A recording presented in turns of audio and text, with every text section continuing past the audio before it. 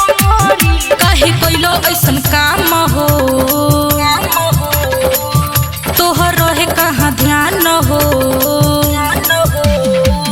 काहे कइलो ऐसन काम तोहर रहे कहाँ ध्यान बोलो पहिरी के जाई कैसे बहरी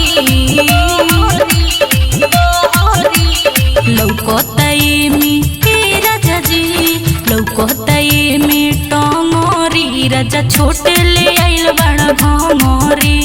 लौकताई में टंगरी राजा छोटे ले आइल बड़ा भमरी।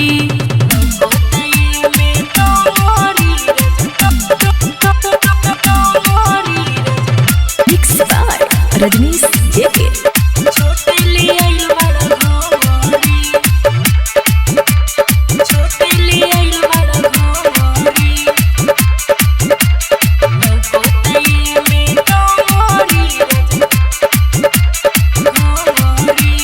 कोई बेरी राजा जी गइल तू ना पी के तबो ना तोहके बुझाइल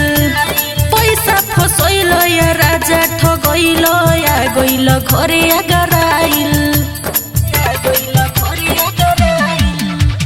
कोई बेरी राजा जी गइल तू ना पी के तबो ना तोहके बुझाइल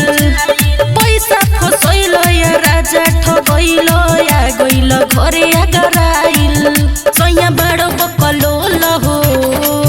कोई दिल बड़ा झोल हो सैया बड़ बकलोल कोई दिल बड़ा झोल तना मरी है गोमतिया सगरी